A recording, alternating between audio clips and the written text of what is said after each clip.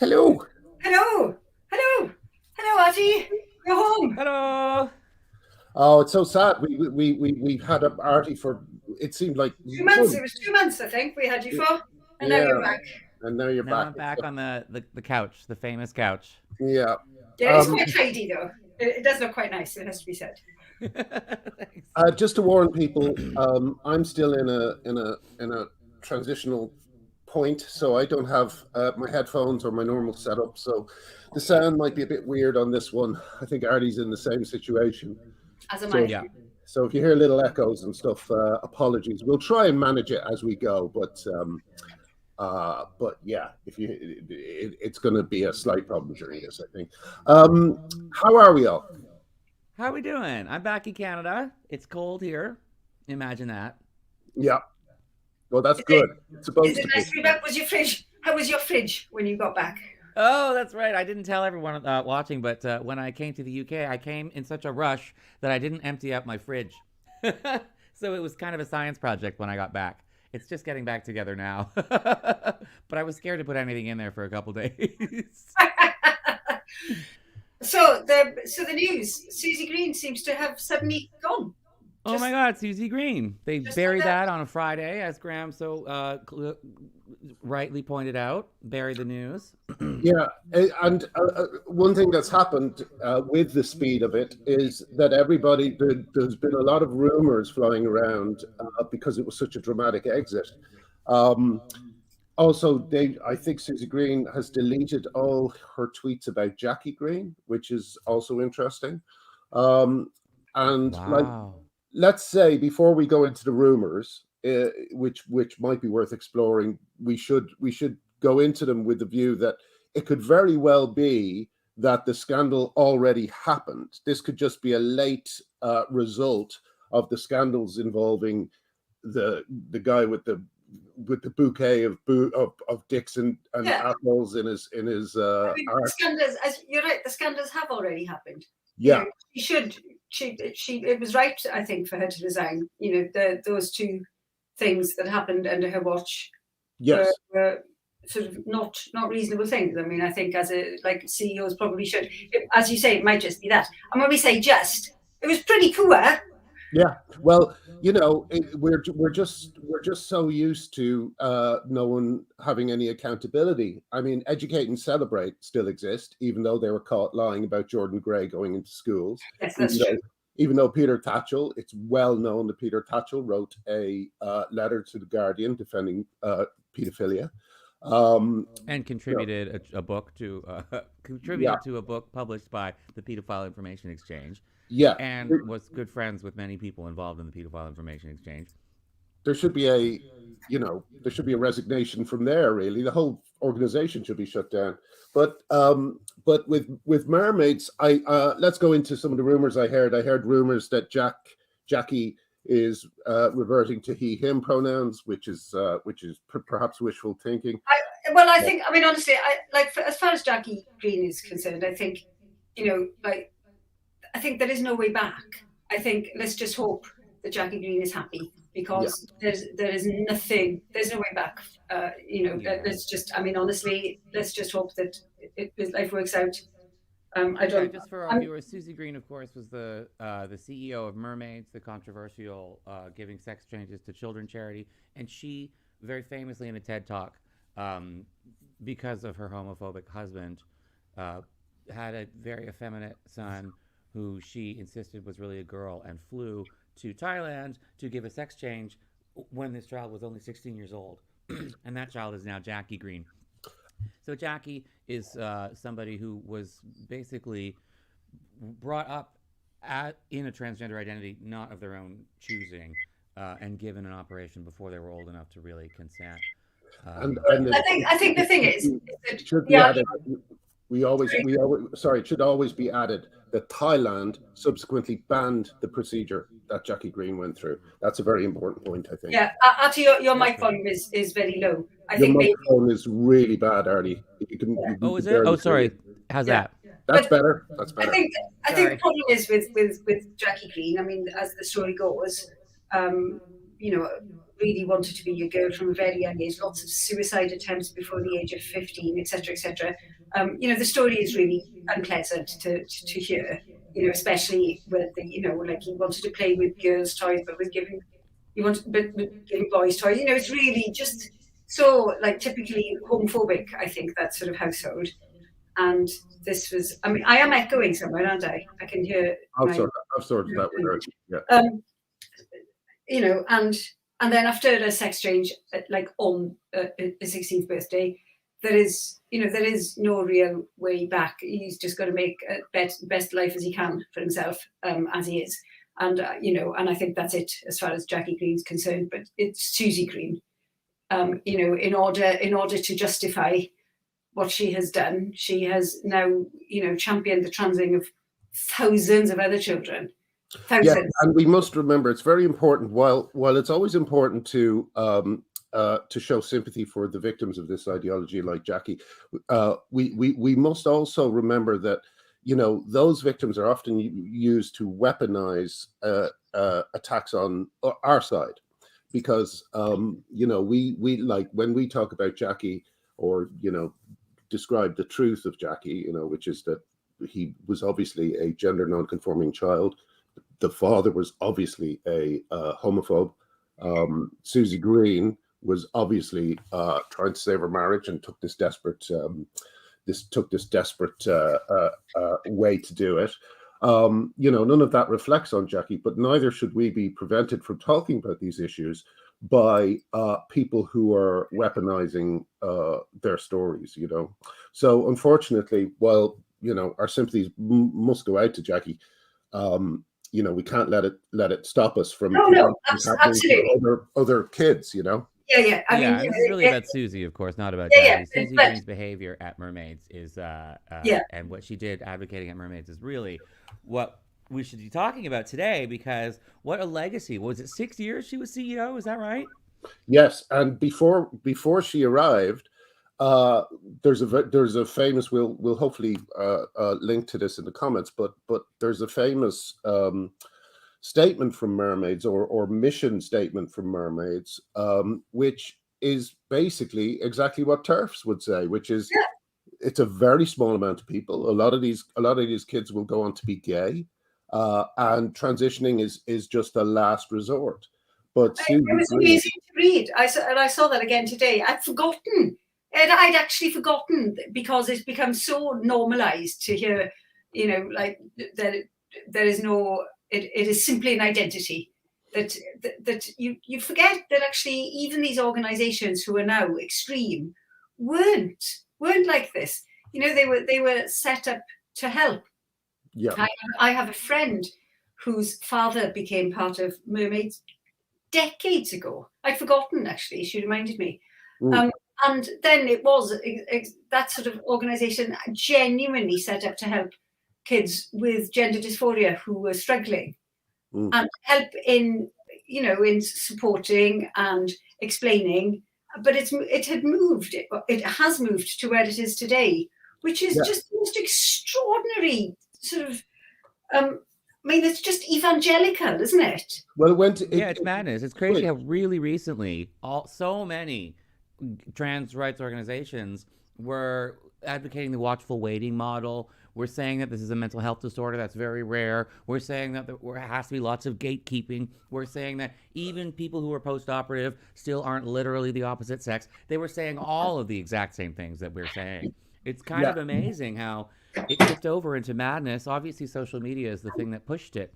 But really, there was sort of an instability at the heart of gender identity ideology, even in the good old days, because it's really hard to walk that line, to find that balance of people who have a disorder where they really wish they're a member of the opposite sex, but have to acknowledge that they can't really get their own wish, So I think it was always destined to tip over into extremism. Well, what has happened in the last few years is that small amount of kids who would be helped by transitioning, which I would say is so small that it's like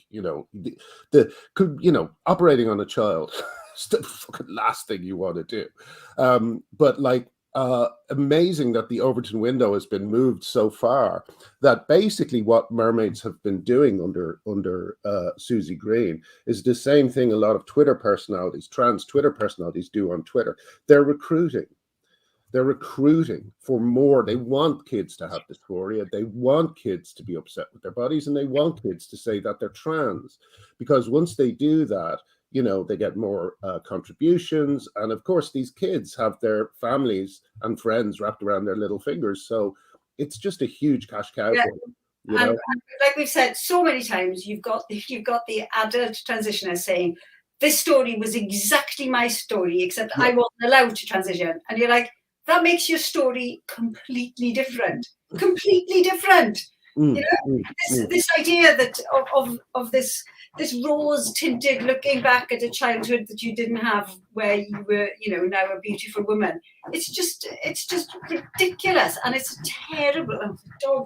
Dogs Yeah, and what these adults are doing is they're just trying to train kids. Make a little nest. They're trying to teach kids to believe that biological sex is entirely a choice, that you can just choose whatever sex you are, and then post facto, I don't know what after you've made the choice, you can say that you always knew in your heart that that's what you really, really were. This is the fantasy that comes from adults with gender dysphoria, and they're just trying to impose it on the world by teaching it to children and indoctrinating children into this belief that they that biological sex is entirely a choice. So like all of these children, they're just grist for the mill for these men to achieve their to achieve their fantasies. It's really, really upsetting. I'm afraid we can't do anything more about his volume.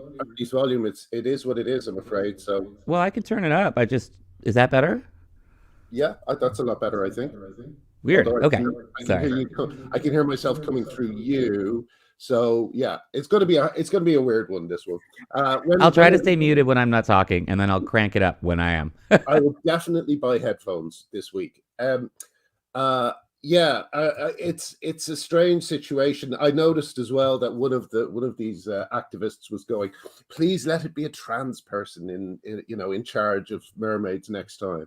And God forbid, basically mermaids is a busted flush. Mermaids, like, it may have started with good principles and good aims, but it's been utterly corrupted by Susie Green, and I think that a new organization is needed. I think so, because I can't see a way back for it. I mean, it could do an about turn, but it'd be very difficult, wouldn't it? Because all of the supporters it's now got are very much, like the evangelical, sort of repeating the mantra, and it would be very difficult to keep those supporters if you then suddenly brought in a new CEO who was more sort of reasonable and prepared to say, well, actually, let's be more moderate. Let's talk about watchful waiting. Let's do what we were set up to be, which is actually to support parents and children, not to cheerlead parents and children, which is what they have ended up doing. It's difficult to see a way back, I think. This is a great idea. Jen Speck should take over. Absolutely. That's exactly right. Yeah. Absolutely. Jen Speck would be perfect. The respect they have for people who've been through this, and their understanding of the issue makes them the perfect people to take over the care of gender dysphoria in the UK. Honestly, there are so many kids who are now saying these things that you genuinely do need sort of an organization, or in fact like societal wide response to it, which we can say, like, everybody, like all teenagers question, sort of puberty, going through changes and understanding, like, this is our place in society. Everyone goes through it. And the injection of the suicide threat into the discourse is purely because teenagers are being empowered to this extent. What needs to be done is it needs to be treated like all these, like any parent would treat it as such a threat from their teenager, which is they shouldn't accept it at all. They shouldn't, and it's like, Susie Green, one of the other terrible things she did in her time in Mermaids is added and amplified this suicide threat. so that you have not just all these kids who know that this is the way to get the drugs they want, but all these parents who are terrified to speak about it because they think that they're remote control killing a kid somewhere. It's an absolutely appalling record that she's had. Anyway, I had 5 people, like the day after that terrible shooting in, where was it, Colorado? I had 5 people accuse me of being complicit. And on the motorway on the way home today, I was like tweeting, had 2 people just when I was on the M4 saying that I was responsible for the suicide of trans kids. And you're like, it's just such a ridiculous repeating of the mantra that, I mean, it is just like, do they genuinely think that I'm going to say, oh yeah, okay, well, I better shut up then? It's just such a stupid and really quite an appallingly attempt at emotional manipulation. I mean, like you've got to think now that people are so aware of it that they're just trolling. But yeah, well, but nevertheless, it's still, you know, just sort of blithely weaponizing actual, you know, like actual real trauma that families have been through to try and shut people up. It's just appalling, isn't it? Yeah. It's just the ugliness of ideological tribalism, you know, just using any weapon, any tool in your arsenal that you can find to make everyone else shut up because you don't want to hear arguments. You know, it causes physical stress. It raises cortisone levels. It's physically painful to learn that you're wrong and to hear arguments from the other side that trounce yours. So you can see why they're grabbing at every tool they can, threats of suicide and blaming people for causing deaths and all of this stuff.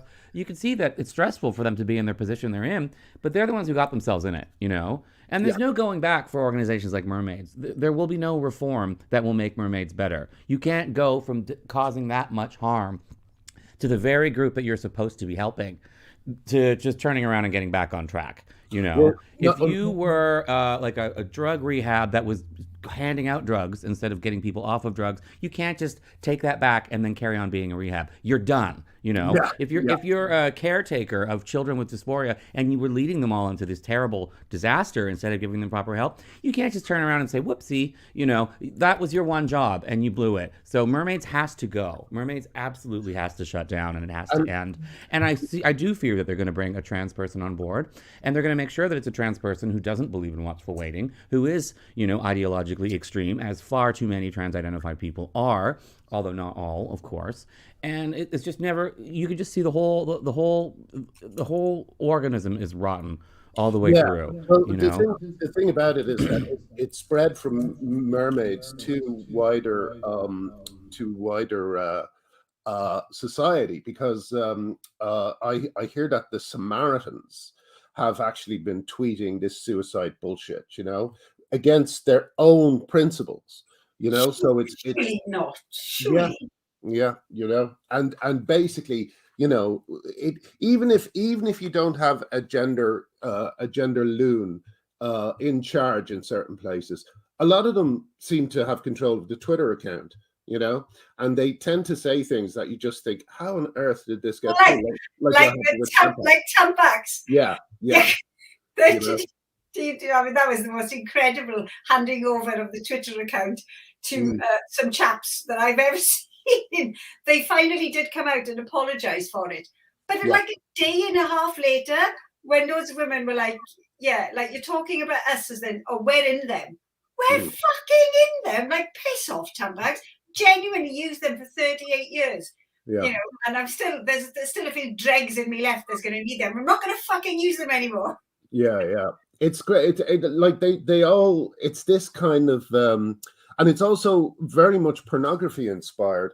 I saw an incredible video that the Welsh government signed off on. That's part of their Welsh education, where the 2 presenters talk about anti-pornography movement and anti-pornography organizations and talk about their agenda. What's their agenda in trying to stop pornography? This is the Welsh government giving tacit kind of approval to pornography. What the fuck? So all of this, like, this is, unfortunately, it's so hard to fight this because all of society has moved into this place of insanity and craziness. All of society has done this, and I genuinely think that part of the reason, and this is a handy link to what Twitter is what's going to happen with Twitter and Meghan Murphy and people like that back, is because the conversation on Twitter was so insane, it's infected all of society. Like you see a lot of I know, for instance, that Jimmy Mulville at Hat Trick, he may not think that he's being influenced by Twitter, but he very much is in banning the TED musical, Yeah, definitely. Like, Yeah. banning women, banning all of us. Yes. Early on has You massively. said it to Meghan, Helen. I noticed you said it to Meghan. It's massively changed how what could have happened. Obviously, it has, because it silenced people and it's allowed other voices to take over. And when other voices take over, if they're the only voices that people hear, they're going to listen, because they're going to be like, well, nobody has any reasonable objections to this. Everyone must agree. No, yeah. Twitter has been massively complicit in this huge, like, ridiculous moving of the Overton window, where we're supposed to accept that men have always had access to female toilets and there's never been any problems with it. And it's just a bunch of pearl-clutching women who are now suddenly sort of cross about it. Yeah. It's insane. And people are like, oh, yeah, I think that's true. Well, you said very rightly that Meghan was off Twitter for 4 years. I've been off it for 2 or 3 years, and three. Other people have been off it for a good long time. And basically, in the absence of any voices who were with big followings who were calling it out, it just got more and more sidelined as a point of view, to the extent that Nicola Sturgeon is just charging into a disaster with her self-ID laws. The Sturgeon march towards self-ID is extraordinary. It's formed in a bubble. All her dumbass idiot advisors are telling her this stuff, and it's going to just hit them in the face. It's already hit them in the face. We've got a 6'5" pedophile named what was the name of that one? Helen Dewansky or something, or some usual very pretty name, which was followed by just this lurching guy who's taller than me, who ran out of the arraignment, when he was being charged, like Frankenstein's monster, like you can't, how she's able to ignore things like this when they're literally happening at the same time. It's extraordinary, and Twitter has allowed that to happen. I noticed Elon Musk, Katie Dolotowski, that's her, him. I'll have to look that one up. That sounds interesting. Hilarious. Elon Musk apparently tweeted something where he said that he was going to reveal what's been going on Twitter, because it really has been a very far left view of the world coming out of San Francisco. And it's just infected the world. Like, you notice sorry, I will stop talking in a sec. You notice today at the Posey Parker protest, there's all these kids and they have a sign saying arm trans people. And it's like, we're in England. We're in England, kids. What are you going to arm them with? Scones? It's like these kids are copying their political activism from America. And they don't even know what they're doing. It's quite extraordinary. So I do think that, even though I don't think it's good to put our trust in any of these tech guys, and I'll believe I'm back on Twitter when I see it, but like Meghan coming back is a great thing. I'm hoping he stays true to what he said and brings all these feminists back the next week. Although he's probably not even talking about feminists. He's probably talking about people like Stefan Molyneux and people like that. No, I don't know. I think he's been paying attention to this issue. He's been he's retweeted Colin Wright a lot, who's the science guy. I think Elon Musk was really persuaded by this issue, if not exclusively, then maybe primarily. I think the fact that people couldn't talk about the facts of biological sex made him so angry that the richest man in the world bought Twitter to fix it, because exactly this issue. All it takes is the most powerful, the most successful writer of all time, and the richest man in the world to put a stop to this, you guys. Thanks very much for calling me that, but it wasn't really. It was, Ted was successful, but it didn't really do. Oh, sorry. But But I think, like we said before, it has become bigger, hasn't it, than just this issue. The issue of, if you can silence people on one issue, you can silence them on many issues. So it is a really, really big deal that a company has been allowed to sort of pave the political discourse for this one, because what else can it do? I think it is an incredibly important issue for society as a whole. Like people are like, oh, can you just let trans people live their lives? It's so much bigger than that. The silencing of people with a different opinion, the cancelling, it's much, much bigger than just women's toilets now. It's huge. They did it in Nottingham. They banned a film about I can't remember what it was called. Do you know the name of the film that was just being? They tried to film. It was human female. Yeah. And they managed to get it banned. And I hope that whoever was putting on the show sues whoever banned it, because they're breaking the law. And they got to learn that they're breaking the law every time they do something like this, But yeah, it's just going to keep going on. But I genuinely think that when the Overton window moves back, it'll be a little bit harder to do all these things, And it'll be a little harder to do things like the Eventbrite ban that Sarah Fillmore is challenging, and the other terrible thing, because I've seen some brilliant. I don't know if you see, but a subscriber of mine, who's called Reality Girl, is doing these absolutely brilliant cards based on the Garbage Pail Kids about various trans activists, and it's brilliantly done. And we need a feminist Etsy. We need a place where women won't get banned, like that. People like Birdie and Jess the Walls and Reality Girl can put their stuff on and make money from, because it's an entirely legitimate political view, So it's yeah, we'll see what happens. Well, hopefully, if once, I still have faith that this will come back to normality, and that people will still be saying in a few years what happened there, and that we learn as a society how dangerous this became, the silencing, the sort of suppression of democracy. It is extraordinarily dangerous, and and we're not out of the woods yet, but I do feel that we're getting there slightly, in that people are aware that it's happening. I mean, there are still lots of people saying, oh, the ridiculous trope, it's almost as bad as, you've got gender neutral toilets in your house. This idea of, oh, look, I've been cancelled, they scream from the front page of the Times, with, sort of pretending that they don't understand what the point of what cancel culture means, and how it's basically there as a warning to everyone else. If you can vilify J.K. Rowling to the nth degree, then obviously what can you do to normal women? It's obviously a silencing tactic.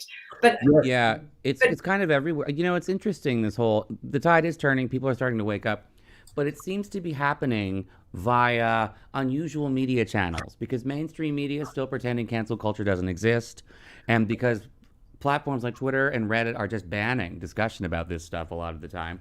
But podcasts are taking off in popularity. Podcasts are more popular than music right now, which is why Spotify is trying to pivot to podcast hosting instead of MP3 hosting and albums. What? People are really obsessed with podcasts, and they're listening to podcasts all day long. And podcast culture is very much about criticizing a lot of this stuff. Yeah. There's an interesting thing. Since I've been back in Toronto, I was at an event a couple days ago, and I ran into some old friends I hadn't seen in years and years and years. And, they're asking me what I'm up to. And I didn't want to mention right off the bat that I'm a big old gender critical TERF, because that doesn't go well. I've found that it never goes well, or very seldom goes well. Yeah. But I realized if you introduce it by saying you're involved in podcasting, you're critical of what's going on in politics right now, people start to go, yeah, I know, things are crazy. And you can slowly warm them up to the whole, cancel culture is a bit of a problem. And they're like, yeah, I think it is. And then you can you can crack a pronoun joke or something. And that's when you suddenly have softened the terrain enough that you can introduce, that you're gender critical. This was something that I seemed to find it worked well with these people. Good. And I'm reading Andrew Doyle's new book, The New Puritans, right now. Yeah, good. It's really great, and it talks about how I think everybody should read that book. It really gets into it. This isn't just the gender issue; it's just the Puritanism that's taken over the left. I Yeah. wonder whether there was a similar movement after, and I presume there was, after the printing press came in. There must have been a time where everybody was just printing off whatever nonsense they could think of. In fact, I could be wrong, but I think the Elders of Zion, that famous anti-Semitic tract, came from around that time, didn't it? Or did it? Maybe, but one of the great commentators at the Battle of Ideas Festival from last month in London, the Freedom of Speech conference, was a historian talking about when the printing press was invented. It didn't just usher in a new era of wonderful politics. It ushered in 3 decades of absolute catastrophic chaos and terror. And then things settled down and the new normal flourished. But there was a time of total chaos. And we're in that time with the media, with the internet right now. And like everything else, we should be able to deal with it faster, because we're in a hyper, we're in a hyper information age, hyper information delivering age. We should be able to say, oh, okay, we might have been a little bit messed up by one point of view coming out of a Silicon Valley company. Maybe we should take steps to make sure that doesn't happen again. These things need to be done now. And I was very happy to see Kemi Badenoch talking about not just this issue, but also the wider problem of people simply not knowing what to believe. Like, we've got now a situation where a lot of people are doubtful about COVID, about what the best way to tackle it is, what it even is, how it started, any of this stuff, because it's another one of these third rail subject matters, like Israel, like many other things, where even touching the subject causes you to be electrocuted, and we've got to move past that stage. We've got to move to a stage where we can talk about what is legitimate and illegitimate to talk about, and stop. Also, the biggest victims of this movement have been intellectuals. Jordan Peterson was fucking nearly finished off by all this stuff, and he's just an intellectual, nothing more. It's again, like we said. I mean, years ago, when was it that we gave evidence to the House of Lords on their online harms bill? What we were over a year ago, yeah, was the same, which was, in the end, it's those people with power that will just silence the weak, and all of this stuff that's happening on social media is, the pretense that the trans movement is one of the most vulnerable. I mean, it's just vulnerable and weak, and genuinely, you've got flags in the police force. I mean, it's just everywhere. They're all wearing the lanyards. It's obviously nonsense, and deliberate trolling is deliberate, lies again, and yet it's just. But it continues on, and people aren't sort of saying, "Well, hang on." Well, there are lots of people saying it, but again, like I was saying, it's the powerful silencing the weak, as it always has been. And this is the truth. This is what cancellation is about. It's not about necessarily silencing J.K. Rowling, but silencing all of the weak women with no power. And it's in fact, I've got. I'm hoping that Sam Barber will collaborate with me on the list. He's done a list on Twitter of the reasons women were banned, and just the extra. Like, one was banned for quoting Stonewall, a Stonewall definition. Another was banned for. Actually, I've got it somewhere. Let me find. I'll give you some of the craziest examples. Well, they are so crazy that genuinely people think, yeah, but there must have been more to it than that. Murphy's, it's him. But I'll tell you, there's a funny thing when you see them all in a go. Hang on a second. There's a pattern, isn't there? Well, it's just very interesting when you see them all together. It just kind of, hold on a sec. I'll just find this. Here's what I'm hoping Sam Barber will help me on. But if you just look at these, said that women don't have dicks, said men are more violent than women, called a man a bloke, said mixed sex safe. I mean, banning someone for saying that mixed sex spaces are less safe for women, Yeah. Like, all of these, said that lesbians don't do dicks, said women don't have to be kind to their rapists. Joe, it would be great, wouldn't it, if somebody could put this in front of Elon Musk and say to him, Go and have a look at why this happened. Yeah. Who made these decisions? Why? I Yeah. think it would be great to be able to see the internal communications in Twitter where they'd obviously talked about banning women over this, and men, but it started with women. You know, this wasn't done in isolation. It wasn't people sort of individually deciding. This was a clear policy. It would be really interesting if it was written down somewhere. Here's like basically this is how you know that this was a men's rights movement. First of all, it's been so successful. It happened so quickly, right? It's a men's sexual rights movement, and not just for you know the sexual rights of cross-dressing fetishists, but like someone just said it in the post there, in the comments. The man who invented the trans flag wrote stories about young girls. He's a pedophile. So his flag is now flying outside embassies and police stations. Now, that is an extraordinary victory for the predator class. And that's what this whole thing has been. It's been a massive victory for the predator class. You're still muted, Helen, in case you're saying anything. You know, I'm just laughing at the absurdity of it all. Yeah, I mean, like what group? Like the idea that these are the most vulnerable group. What group has ever managed to get their flag? Gay people never did it, you know. Like what group has ever managed to get their flag flying outside police stations? And what group does it turn out to be? Pedophiles. The fucking pedophile girls. Baby pink and baby blue in the trans flag are colors are also colors on the MAP map, minor attracted persons flag, right? This is you know it's true. It's just true. So why are police flying it outside their? Why are the police? A second policeman who is friends with the policeman who murdered Sarah Everett has been arrested for lots of rapey comments or no, excuse me, not rapey comments. He raped fucking women, and he's been caught.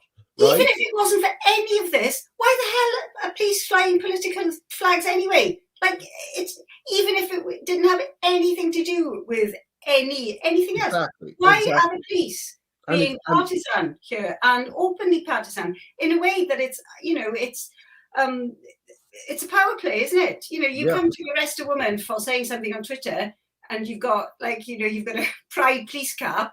She's going to be like, shit, I'm fucked already. I'm fucked from the moment they come to the door, you know, which is why Kelly J is right not to accept the police's invitation to go to Brighton, and why I didn't accept my local police force's invitation to go to their station to talk to Northern Ireland police.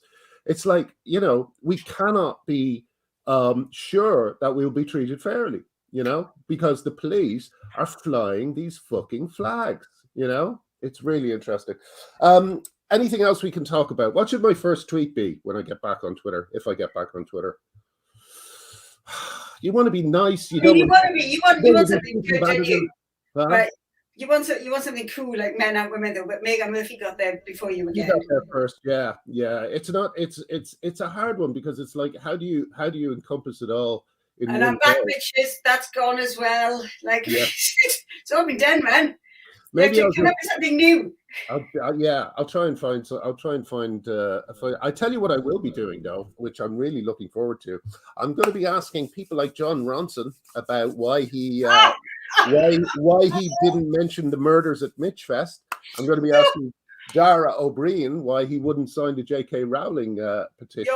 Your own celebrity mates. My own celebrity mates. I'm going to have shitting themselves. I'm going to have so much fun catching up with all my old celebrity mates and putting these questions to them. You know, it's going to be great. Let's get them in the open. Answering why they're not. Forward to that. Yeah. Well, you know, but again, who knows? I'll believe it when I see it. You know, I mean, I'm so used to being the most evil man in the world. That you know it's no, don't worry, I was the most evil. Maybe I was the most evil woman yesterday, according to somebody. So no, you probably still are the most evil man, to be fair. Yes, probably. I don't know. It's you know. Oh, why aren't you working? Sorry, I'm trying to do something here that is not working, and I've got to That doesn't matter. So let's go back to where we started. Yes, because I'm going to have to go in a second. The Susie Green thing it happened on Friday, but what I thought was interesting was that there's no interim CEO appointed, which that does sound to me like this was hurried. Normally you'd have somebody in place. Can I say something about that? It was noticed by people who, I'm not sure what her name is. Her name Belinda Bell. Does that sound familiar? Belinda Bell at the Mermaids trial, at the LGBT Alliance. I think that rings a bell. That rings a bell.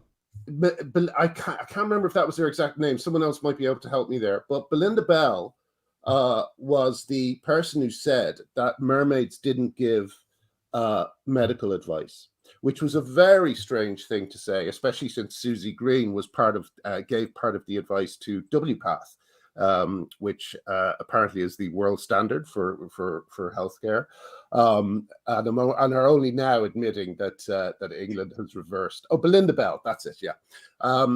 But anyway, why did Belinda Bell say such a strange thing? Someone actually said, could she not have known? Because she was a trustee or the head of trustees, but could she not have known that they were giving medical advice? Because they certainly were giving medical advice. It was just such a strange thing. And apparently also there was no warmth between Bell and Susie Green. They didn't talk. They ignored each other. So I think these fractures might have been there from before the LGBT Alliance case, Well, maybe, but it still smacks of a quick and sudden departure, as opposed to this has been thought out and the reins have been handed over, and here we are. We're all, we're staying the course. We're all in safe hands. She's gone, and there's no one in charge right now. That does sound quite quick. They advertised on Office Angels, the temp agency. That's great. And I also heard that they said that the person who now, it might not be mermaids, to be fair. It was just a company in Leeds that said, we need someone quickly. But like they apparently also said that the applicant must have a knowledge of charity law, but not safeguarding, which for a children's charity, it's quite interesting that they're still not prioritizing safeguarding in their. That's a very good point. Very good point. Yeah.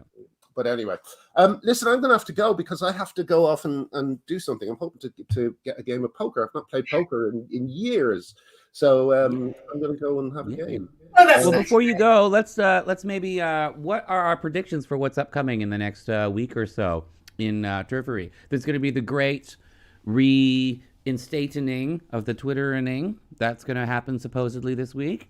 Anything else coming up that we know of? Well, the adult human female film. What's that? The adult human female film.